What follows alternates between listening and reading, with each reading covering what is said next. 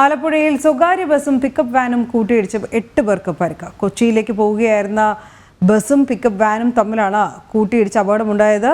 Van ഡ്രൈവർക്ക് ഗുരുതര പരിക്കേറ്റു. ബസ് യാത്രികരുടെ പരിക്ക് അധികം ഗുരുതരമല്ല. എന്തായാലും കൂട്ടിയിടിയുടെ ആഘാതത്തിൽ വാൻ തലകീഴായി മറിഞ്ഞതോടെ 1 മണിക്കൂറോളം നേരം ദേശീയപാതയിൽ ഗതാഗതം തടസ്സപ്പെടുന്ന ഒരു കാഴ്ച കൂടി ഉണ്ടായി. എന്തായാലും നിഷ ദിലീപാണ് കൂടുതൽ വിവരങ്ങളായി ചേരുന്നത്.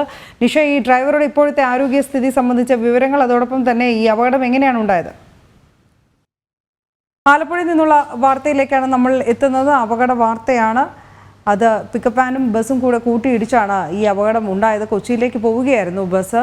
എതിർദിശയിലേക്ക് വന്ന പിക്കപ്പ് വാനാണ് കൂട്ടിയിടിച്ചത്. ഈ അപകടത്തിൽ ഗുരുതര പരിക്കേറ്റത് വാൻ ഡ്രൈവർക്കാണ്.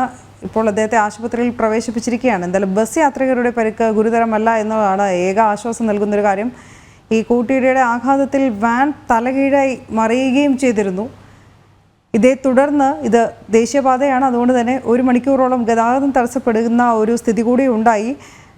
നിഷ, ഈ ഡ്രൈവറുടെ ആരോഗ്യസ്ഥിതിയെക്കുറിച്ച് എന്തെങ്കിലും അറിയാൻ കഴിയുന്നുണ്ടോ ഇപ്പോൾ? അന്ന് രാവിലെ 8 മണിയോട് കൂടിയാണ് ഇങ്ങനെ ഒരു അപകടം ഉണ്ടായത്. ദേശീയപാതയിൽ നമുക്കറിയാം വലിയ മഴ തന്നെയാണ്, അതുകൊണ്ട് വലിയ രീതിയിലുള്ള ഗതാഗത കുരുക്കൊക്കെ ആ സമയത്ത് അനുഭവപ്പെട്ടു. 1 മണിക്കൂറോളം സമയം ദേശീയപാതയിൽ ഗതാഗതം സ്തംഭിച്ചിട്ടുണ്ട്.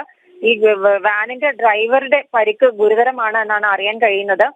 എന്തായാലും വാനിന്റെ ഡ്രൈവറെ കൊച്ചിയിലെ സ്വകാര്യ ആശുപത്രിയിലേക്ക് മാറ്റിയിട്ടുണ്ട്. 7 ബസ് യാത്രക്കാർക്ക് പരിക്കുണ്ട്. കൊച്ചിയിലേക്ക് മീൻ കയറ്റി പോയ പിക്കപ്പ് വാനും ഒപ്പം തന്നെ സ്വകാര്യ ബസും തമ്മിൽ ഇടിച്ചാണ് അപകടം ഉണ്ടായിരിക്കുന്നത്. വാൻ ഡ്രൈവറുടെ പരിക്ക് ഗുരുതരമാണെന്ന് മാത്രമാണ് നമുക്കിപ്പോൾ അറിയാൻ കഴിയുന്നത്. യാത്രക്കാരുടെ പരിക്ക് നിസ്സാരമാണ്. വാൻ തലകീഴായി മറിഞ്ഞിട്ടുണ്ട്. രാവിലെ 8 മണിയോടുകൂടിയാണ് അപകടം ഉണ്ടായത്. അനു.